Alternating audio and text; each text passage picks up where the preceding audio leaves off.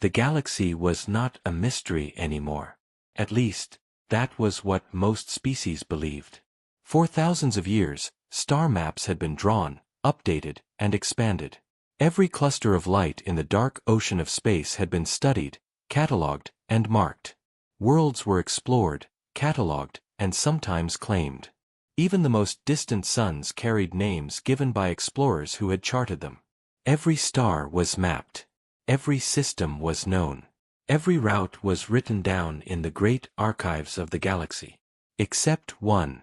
There was a region on every galactic map that was always left blank.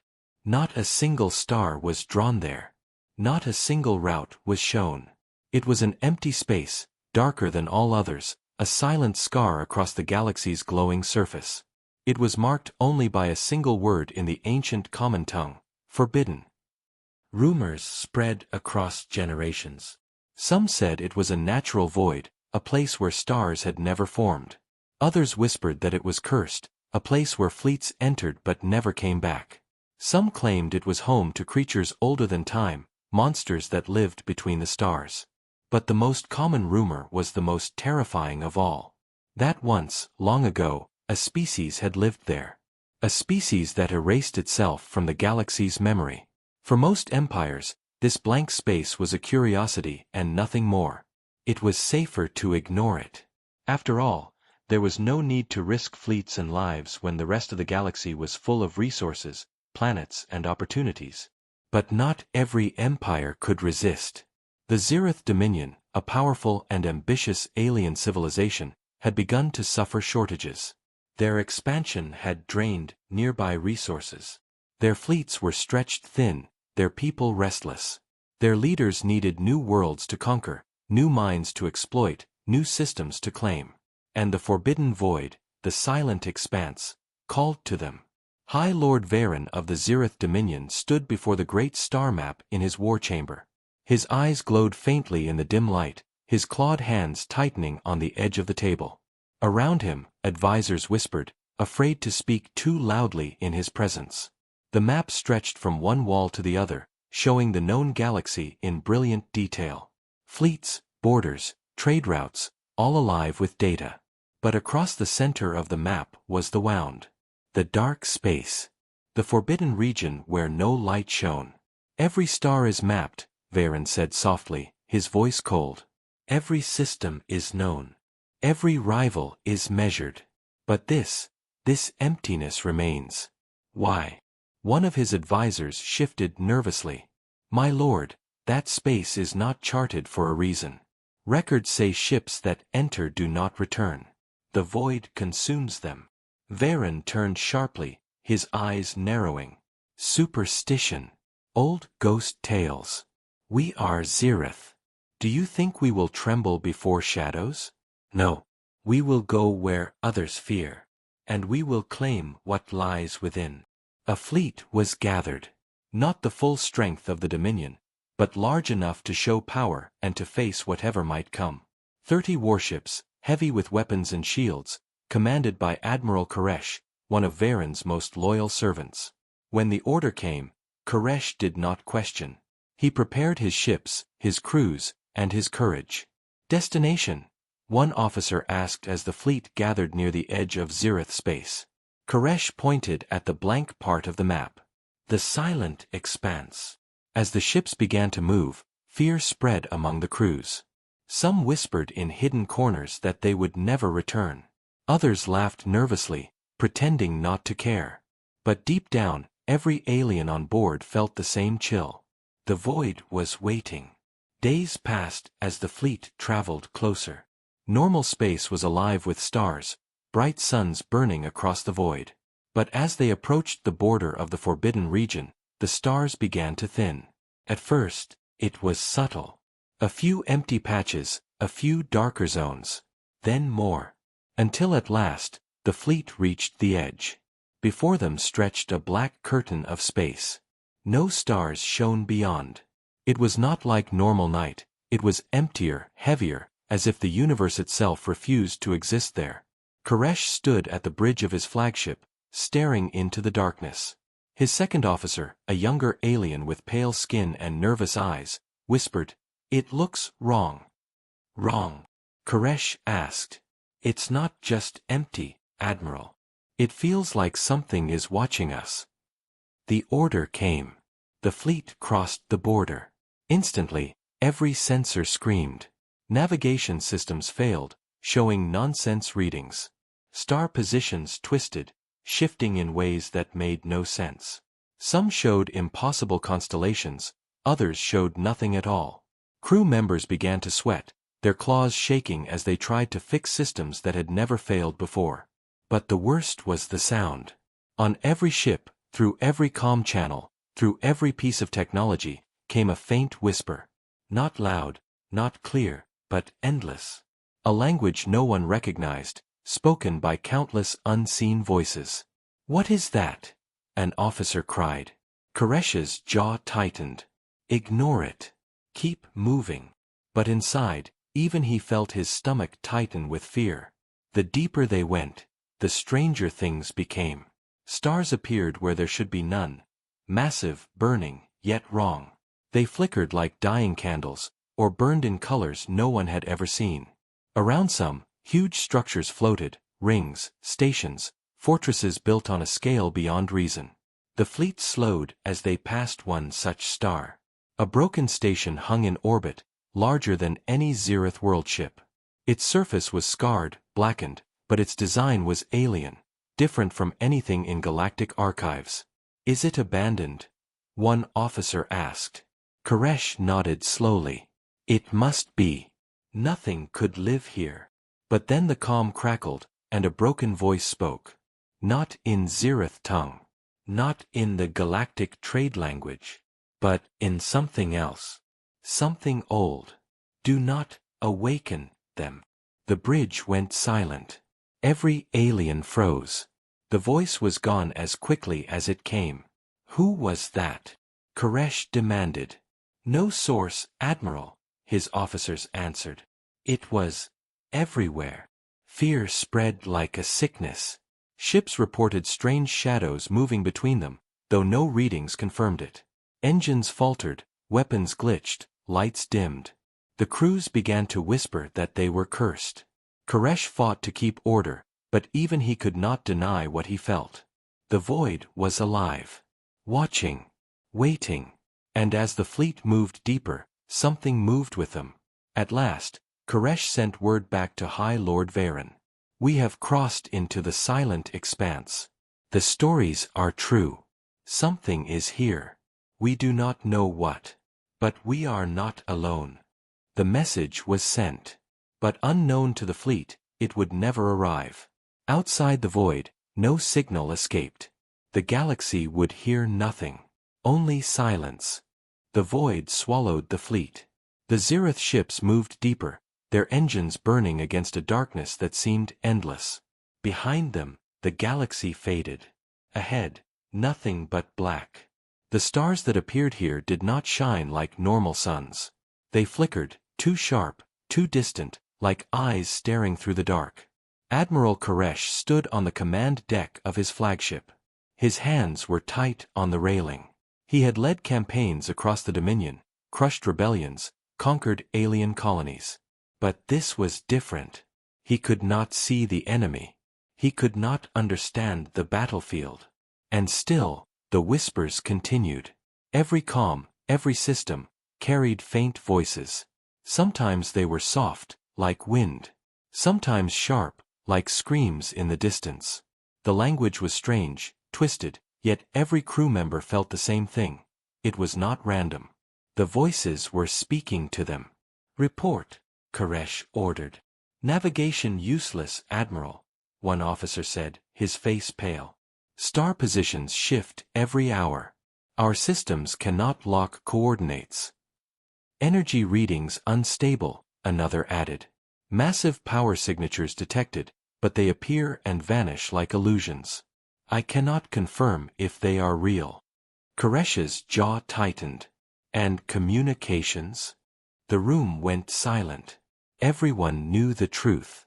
No message had left the void. They were alone. The fleet slowed as strange objects appeared ahead. At first, They looked like broken asteroids. But as the ships drew closer, their true nature was revealed. They were stations. Massive stations, orbiting dead stars. Some were shattered, others intact, their surfaces covered in scars and burned metal. Their designs were unlike anything in galactic archives. Sharp angles, impossible structures, walls thicker than any fortress the Zirith had ever seen. "This is impossible," whispered the science officer. "These stations, they are ancient. Older than any empire. And the technology. Admiral, it is not Zirith, not anyone we know. It is something else." Koresh narrowed his eyes. "Scan them. If there are resources, we will take them. If there are weapons, we will claim them." But as scanners probed the first station, strange results came back. "Admiral," the officer said, his voice shaking. "The station is not completely dead. There are energy cores still active.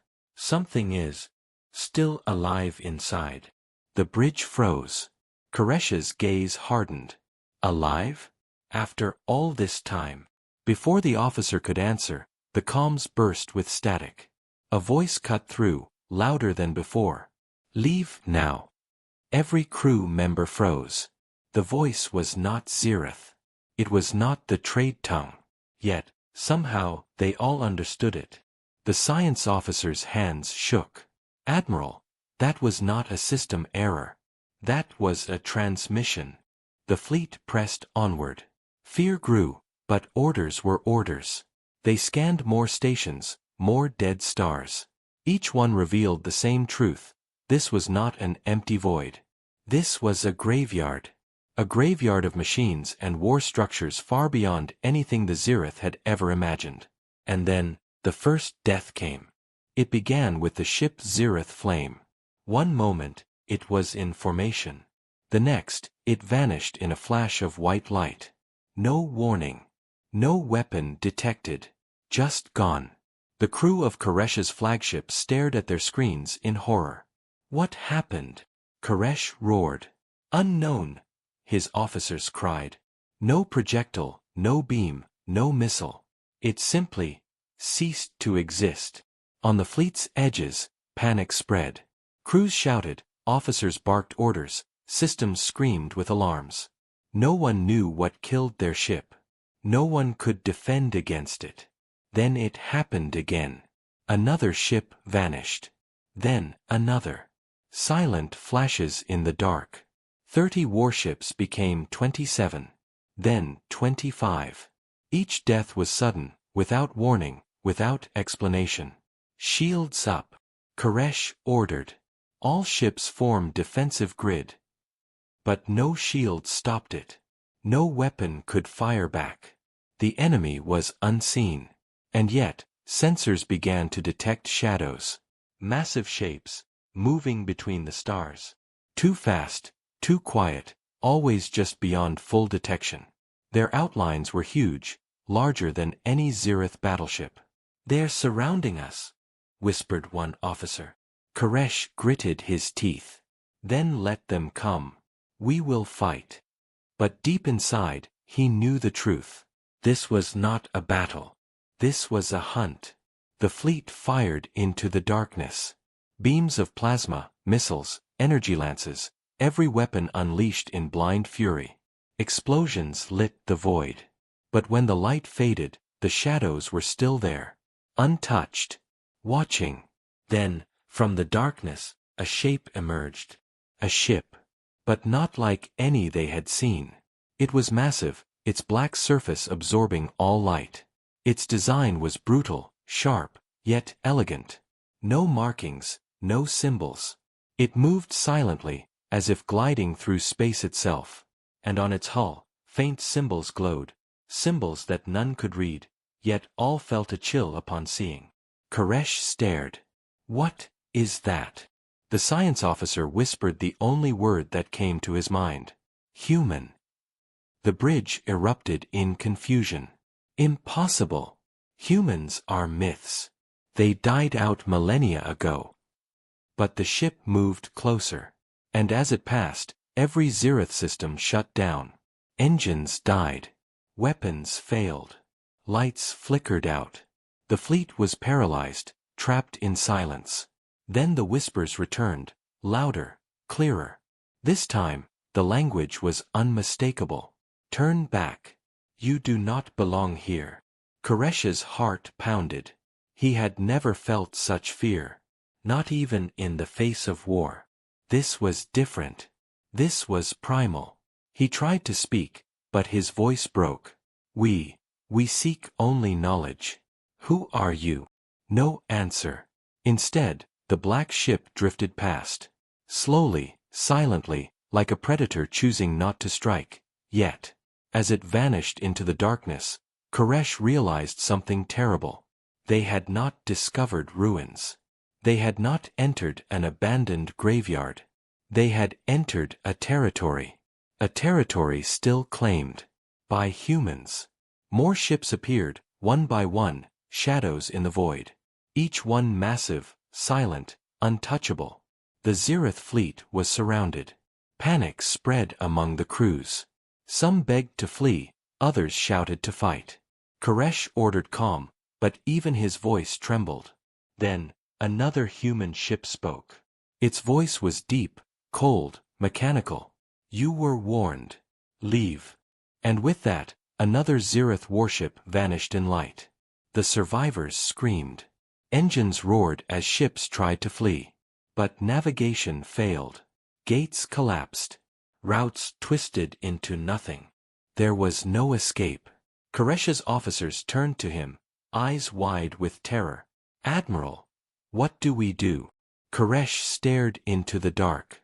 His claws dug into the metal railing. For the first time in his life, he had no answer. Because he knew the truth now. The reason no star map marked this space. The reason fleets never returned. The reason silence ruled the void. This was human space. And humans did not want to be found. The void echoed with the screams of dying ships, the whispers of ancient voices, and the shadows of predators long forgotten by the galaxy. Admiral Koresh closed his eyes, whispering a prayer in a voice almost broken. Forgive us. We should never have come here. But it was too late. The first encounter had begun. And the galaxy would never be the same again. The void was no longer silent. 4 hours, the Zirith fleet drifted in terror. Their ships were crippled, their systems failing, their courage broken. They had seen the shadows. They had heard the voices. And they had watched comrades vanish without warning, their warships erased by forces they could not fight. Admiral Koresh sat rigid in his command chair. His claws gripped the armrests, his eyes locked on the blackness beyond the viewports. Around him, officers whispered, some praying, some weeping silently. They were warriors of the Zirith Dominion, proud and merciless. Yet here, in this cursed void, they were like prey animals surrounded by unseen predators. And then, the signal came. It began as a low hum, rolling through the comm systems of every ship. Lights flickered, screens glitched, voices cut in and out. Then, through the static, words formed. Not alien words. Not the common trade tongue. But a voice in an ancient human language, twisted yet clear enough to strike every heart with dread. Warning. This space is not abandoned. Leave now. The words echoed across every deck, every chamber, every mind. Crews froze in terror. Some dropped to their knees, others clutched their heads. The voice was calm, but it carried weight, like judgment itself. Koresh's breath caught. He had heard the stories, like all children in the galaxy. The myths of a species long gone. Humans. Beasts of war who had burned whole star systems. Creators of weapons so monstrous they erased themselves from memory. But myths were not supposed to speak. Myths were not supposed to breathe. Admiral, one officer stammered. It cannot be. Humans are extinct. They vanished thousands of years ago. Koresh's eyes narrowed. Then explain that voice. No one answered. Because they all knew. Myths or not, something was here. And it wanted them gone. the human ships appeared again. Silent giants, gliding from the shadows like predators in deep water. Their surfaces swallowed all light, their edges sharp and alien. No engines glowed, no weapons shone. Yet their presence bent space itself. The Zirith fleet scrambled, panic spreading. Some ships tried to charge weapons, others attempted to flee. None succeeded. Every Zirith system failed the moment a human ship passed near. Shields flickered out. Weapons locked. Engines froze. It was as if the universe itself bent to human will. On Koresh's flagship, alarms screamed, then died. The bridge went dark, emergency lights casting shadows across terrified faces. And then, another signal. You were warned. This is your final chance. Koresh rose slowly, his voice shaking. This is Admiral Koresh of the Zirith Dominion. We seek only knowledge. We meant no insult. The void answered with silence. Then, from beyond the stars, a new light bloomed. Not an explosion. Not a star. A beacon. It pulsed once. Twice. Then again, rhythmically like a heartbeat. The science officer gasped. Admiral, it's an old distress signal. A human code. Koresh turned sharply. Translate it. The officer's hands trembled as he worked. His voice cracked as he read the message aloud. We are the last warning. Do not awaken them. If you hear this, you are already too late. The fleet shuddered. Fear became despair. Crews whispered of ghosts, of monsters sleeping beneath the stars. But the truth was worse. Because the human ships began to move, not just a handful now, but dozens. Then hundreds. Rising from the void, emerging from broken stations, drifting out of dead star systems. Each one massive. Each one alive with ancient power. It was not a graveyard. It was an armory. And the Zirith had opened it. One by one, the stars around them lit up with energy signatures. Entire fleets, once thought destroyed, now awakening. Titan-class war machines, automated guardians, and ships larger than moons stirred after centuries of silence. Admiral, an officer whispered, his eyes wide with horror. They were sleeping. We woke them. Koresh felt his chest tighten. The myths had never spoken of this. The galaxy remembered humans as warriors, as destroyers. But no story had told the truth, that humans had chosen to vanish, chosen to bury themselves and their machines in the void. Chosen to hide. Until now. Suddenly, the first human warship turned its attention to the fleet.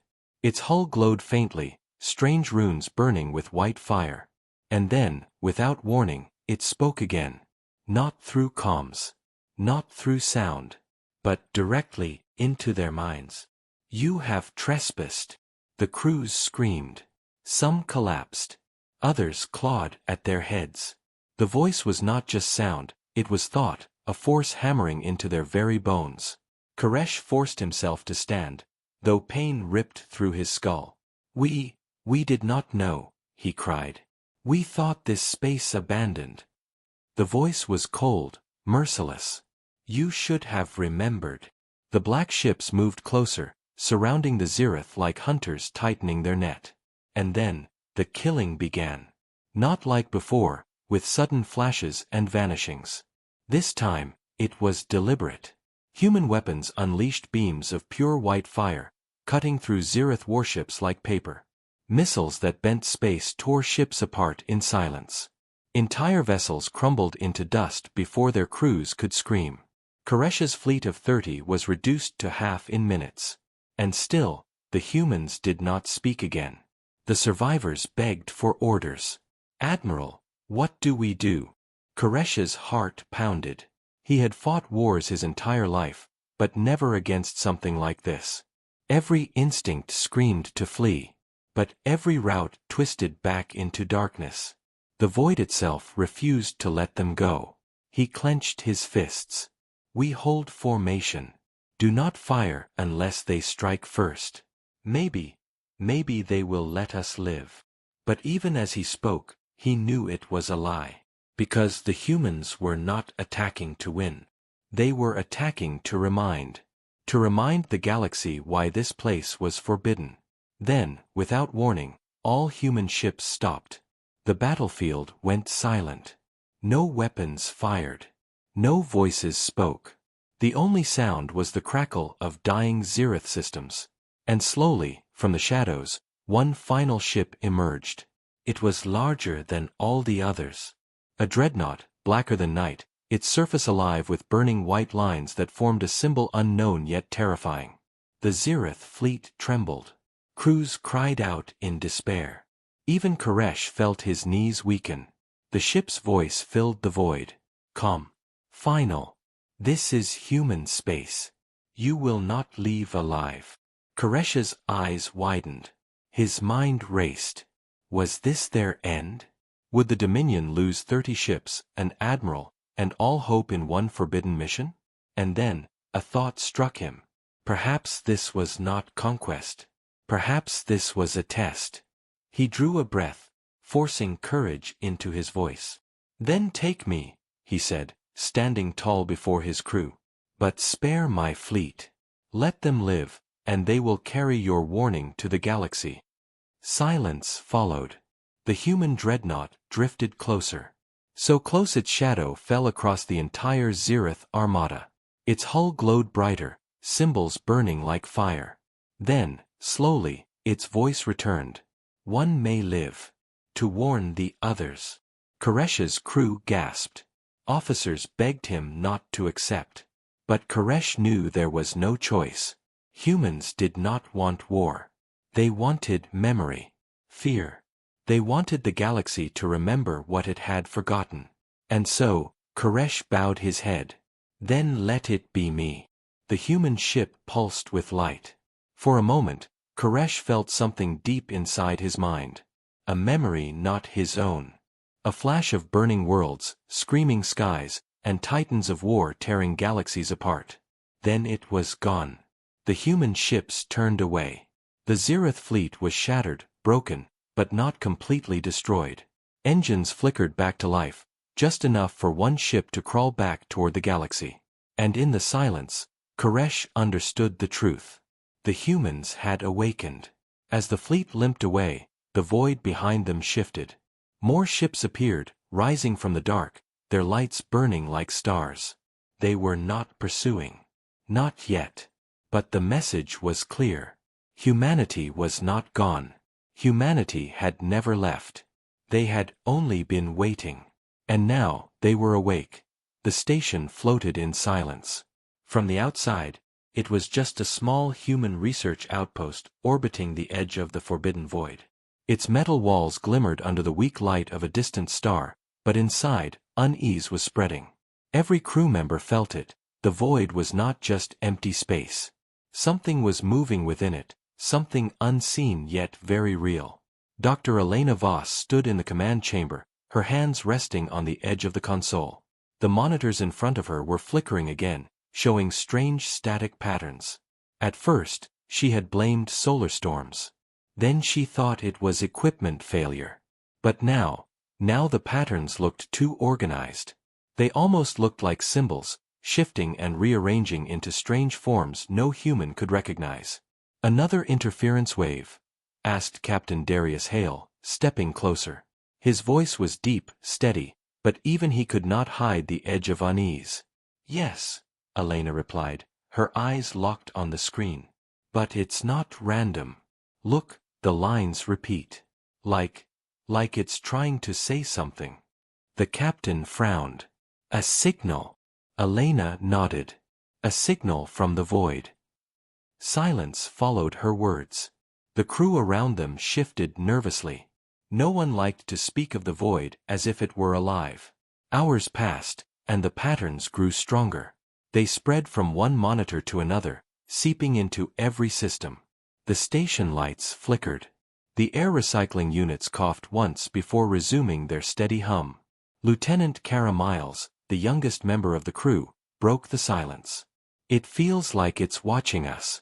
Like the void knows we're here. Darius shot her a warning look.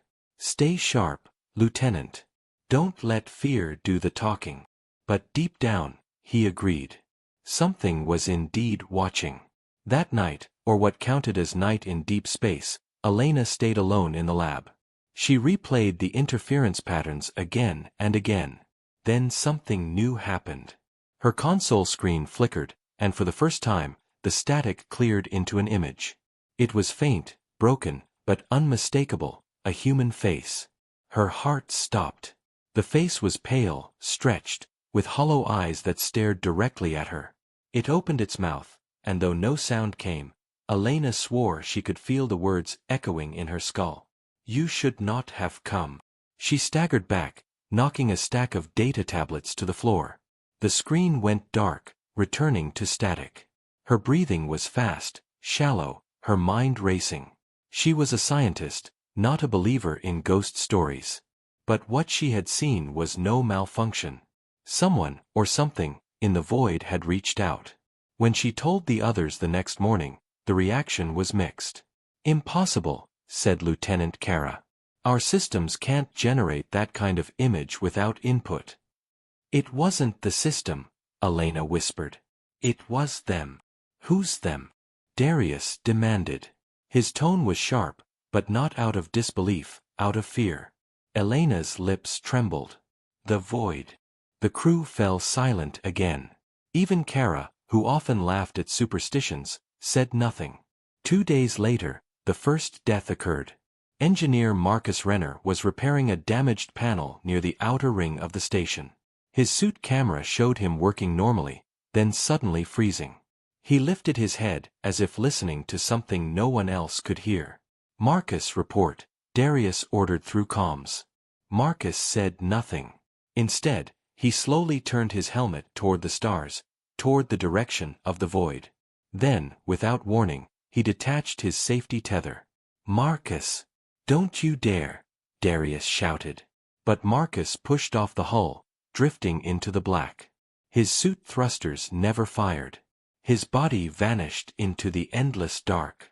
The crew watched in stunned silence as the signal from his camera dissolved into static. Fear spread like infection. No one wanted to go near the windows anymore. The void had called Marcus, and he had obeyed. Something is inside our minds, Elena whispered as she sat in the mess hall with the others. It doesn't just send signals. It whispers. It finds the cracks in our thoughts and pushes until we break. Lieutenant Kara's hands trembled as she gripped her cup. Then we're all in danger. It's only a matter of time before one of us. Enough, Darius interrupted. We hold together. No one goes near the outer ring alone. We lock down every system. And if anyone hears voices, you report it immediately. But even as he spoke, he knew it was hopeless. The whispers were already inside them. That night, Elena could not sleep. She woke to faint sounds, like whispers moving through the ventilation shafts. She followed them, heart pounding, until she reached the observation deck. The stars stretched across the black, beautiful and cold. But something was different. The void was no longer empty. At its edge, faint shapes moved, shadows darker than space itself. They drifted like massive ships, but their outlines were wrong. Twisting, bending, breaking apart and reforming. She pressed her hand to the glass. The whispers grew louder. Join us. Her reflection in the glass flickered, and for a moment, it wasn't her own face staring back. It was the hollow-eyed figure she had seen on the screen. She stumbled back, choking on a scream. The following day, the crew argued in the command chamber. We have to leave, Kara said. The station isn't safe anymore. We can't just run, Darius replied. Our orders are to observe. If we abandon this outpost, Earth loses its only watch on the void. Orders don't matter if we're dead. Kara snapped. Elena sat quietly, hands trembling on her lap. She could still hear the whispers. They never stopped now, a constant hum behind her thoughts. Sometimes they sounded angry. Sometimes almost pleading. Then the alarms blared. Motion sensors. Something was moving outside the station. The crew rushed to the observation deck. Through the reinforced glass, they saw it. One of the shadows had broken free from the edge of the void. It drifted toward the station slowly, but with purpose. It wasn't a ship. It wasn't an asteroid. It was alive. A shape vast and alien, covered in shifting black tendrils that seemed to drink the light. Eyes, if they were eyes, opened across its surface, glowing faintly with pale light. The whispers became screams inside their minds. You do not belong here. The crew scattered, panic breaking discipline. Systems failed one by one. The lights flickered out. The emergency sirens howled. Elena clutched her head, falling to her knees as the voice roared through her skull. Kara grabbed her arm, trying to pull her up. Elena! Stay with me. But Elena's eyes were wide, her lips trembling. It wants us. It won't let us leave. Darius fought to restore comms, shouting orders no one could hear over the chaos. The creature outside pressed closer. The glass of the observation deck groaned as if under immense pressure. The void had awakened, and it wanted them all. Elena's vision blurred as the whispers consumed her. The last thing she saw was the pale face appearing once more in her mind. This time, it smiled. You opened the door. Now we come through. Darkness swallowed her. And the station shook. The stars above the forbidden void burned faint and distant, but the darkness within the sector seemed alive. Ships that entered never returned.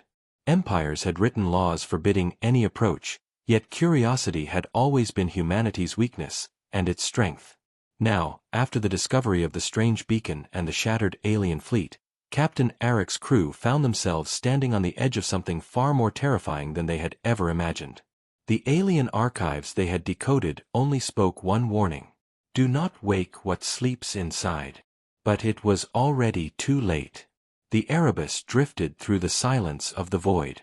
Its engines hummed softly, almost respectfully, as if even the machine could sense the oppressive atmosphere of the region. Inside the command deck, every crew member worked in silence, their faces pale, eyes darting at the scanners again and again. Captain, said Lieutenant Mira, her voice low, the signal's strength is increasing.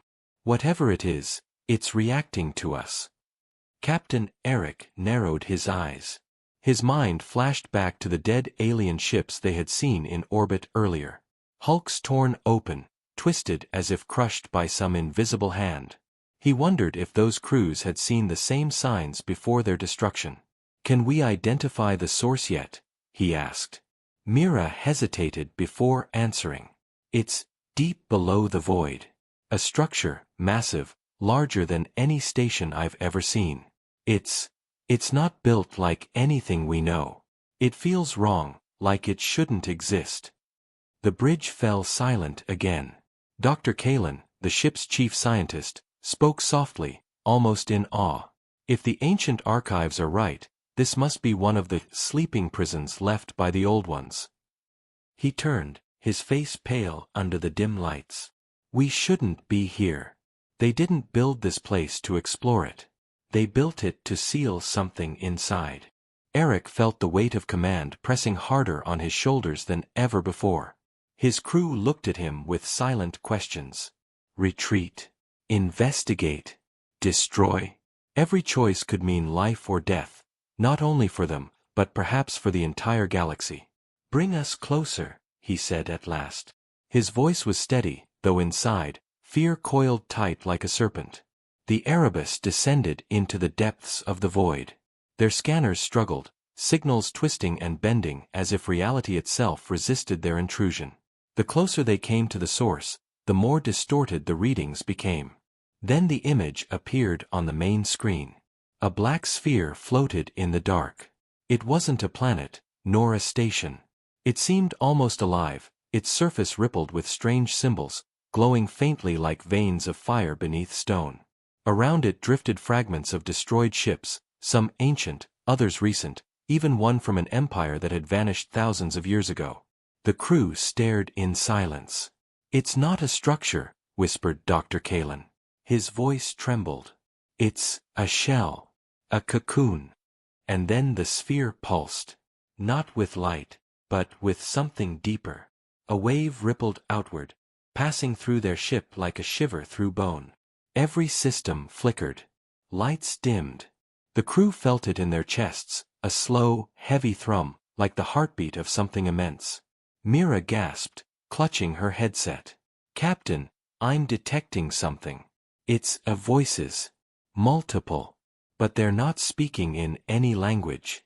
It's like screaming inside my head." Several crew members doubled over, gripping their ears, though no sound filled the air. Their minds were being touched, probed, and broken. "Shut it out," Eric barked. "Filters, dampeners, now." Technicians scrambled, activating every defense they had. Slowly, the pressure eased, though an echo still lingered inside their skulls. When the lights stabilized, the crew looked shaken, but alive. "Captain," Mira whispered. "It's waking up." That night, or what passed for night in deep space, Eric couldn't sleep. He stood alone in the observation deck, staring at the dark cocoon. He remembered every battle he had fought, every enemy he had faced. But this was different. Aliens could be fought. Armies could be defeated. But what could one ship do against a thing sealed away by civilizations that had lived and died before humanity even discovered fire? Footsteps broke his thoughts. Dr. Kalen approached quietly, holding a small datapad. "I found something in the archives," Kalen said. "A description of these prisons. They weren't made to last forever. The energy holding them fades over time." He hesitated. "This one, it's failing. The thing inside isn't just waking because of us. It was always going to wake." Eric didn't answer at first. His eyes stayed locked on the cocoon. "What do the archives say about what's inside?" he asked finally. Kalen's voice lowered. "They called them shadows of the First War. Beings that fed on life itself. Not machines, not species, something beyond both. The old empires couldn't kill them, so they sealed them away." He paused, his expression grim. "And they warned, once released, they do not stop." The silence between them was heavier than any words. Eric clenched his fists. "So it's not just our problem. If this wakes, it won't stop at us.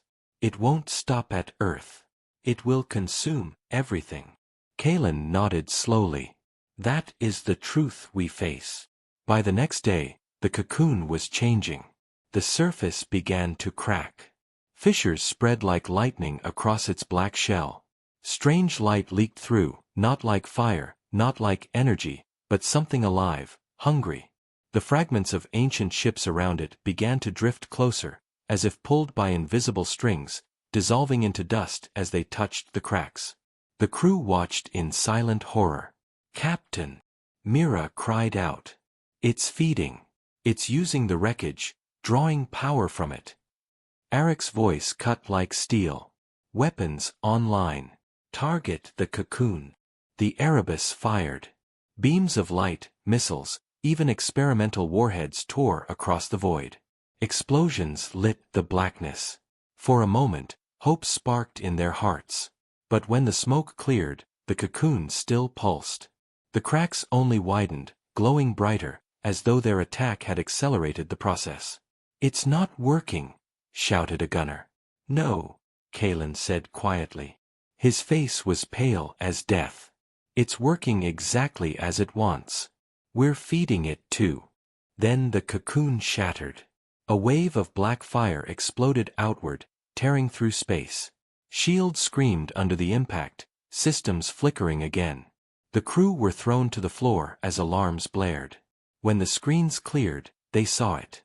A shape drifted in the void, massive yet shifting. Its form couldn't be described. Part shadow, part flame, part endless hunger. Dozens of eyes opened across its body, glowing with unnatural light, each one staring in a different direction, yet all of them seeing them. The crew froze, breath stolen from their lungs. For the first time in his career, Captain Eric felt true, primal terror. The thing had awakened. It moved without moving. The stars around it seemed to bend, twisting closer, as if space itself obeyed its will. The wreckage of ships still floating nearby were drawn into it, dissolving into streams of energy. Every spark fed its growing form. Then it spoke. Not in words, but in thought. A voice that was not one but many filled the minds of everyone on board. "We are free. We hunger."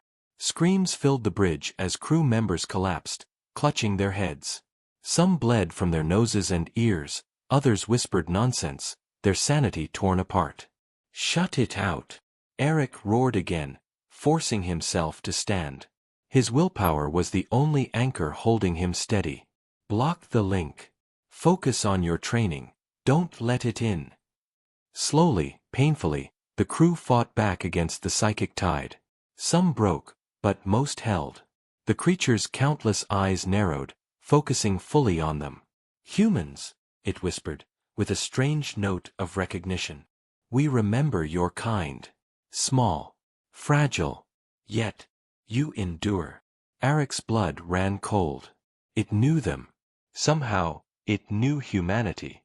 "What do you want?" he forced out, though his voice was tight with fear. The eyes glowed brighter. "Everything." The battle that followed was unlike any in history. The Erebus unleashed its full arsenal. Cannons roared, missiles streaked, energy beams lit the void. But every strike only fed the thing, its form growing larger, its presence pressing heavier on their minds. In desperation, Eric gave the order. "Divert power to the experimental cannon." The crew hesitated. That weapon had never been tested in combat. It drew power from the ship's very core, risking total overload. "Do it!" Eric shouted.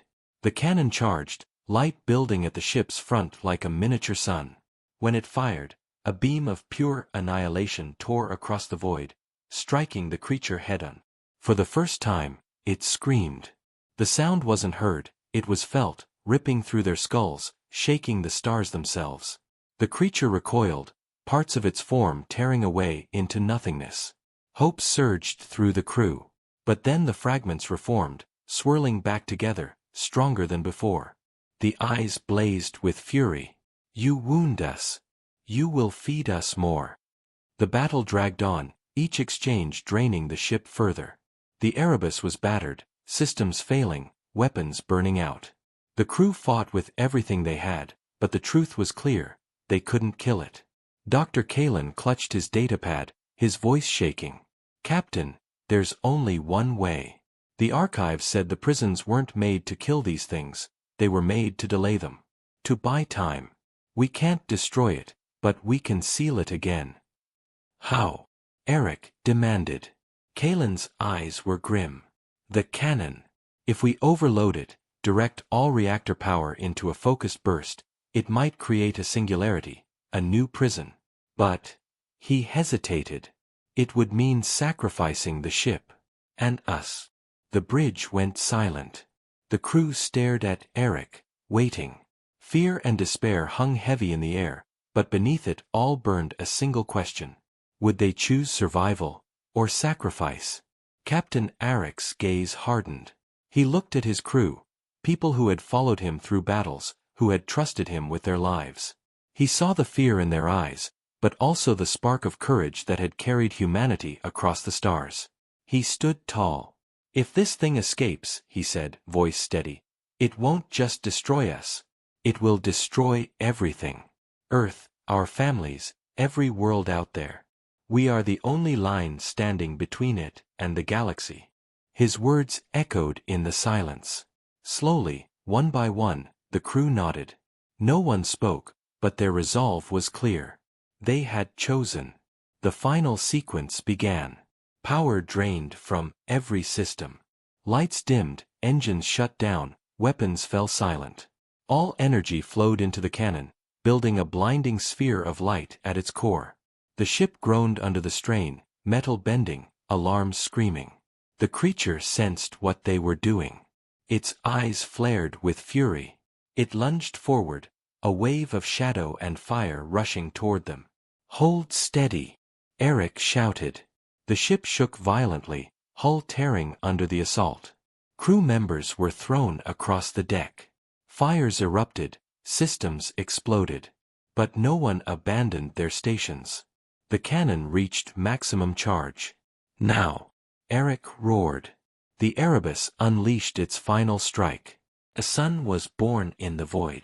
The beam tore through the creature, shattering its form. Space itself bent, collapsing inward. A singularity opened, dragging everything into its grasp. The shadows, the fire, the endless hunger. The creature screamed again, its countless eyes blazing in fury and fear. You cannot hold us forever. We will return. And when we do, humanity will be first. Then it was gone, pulled into the prison of its own hunger. The singularity closed. Silence returned. The Erebus drifted, broken, burning. Systems offline, hull shattered. But somehow, against all odds, it remained intact. The crew lay scattered across the bridge, battered but alive. Slowly, groans and coughs filled the silence. They had done it. They had sealed the shadow again. Eric leaned back in his chair, exhaustion pressing down like a mountain. His body ached, his mind burned, but his heart carried one truth. They had bought the galaxy time. But the words of the creature lingered in his mind. We will return. Far away, in the deepest corners of the galaxy, other prisons pulsed faintly in the dark. Cracks spread slowly across their shells. The shadows were not gone. They were waiting. And humanity had just made themselves known.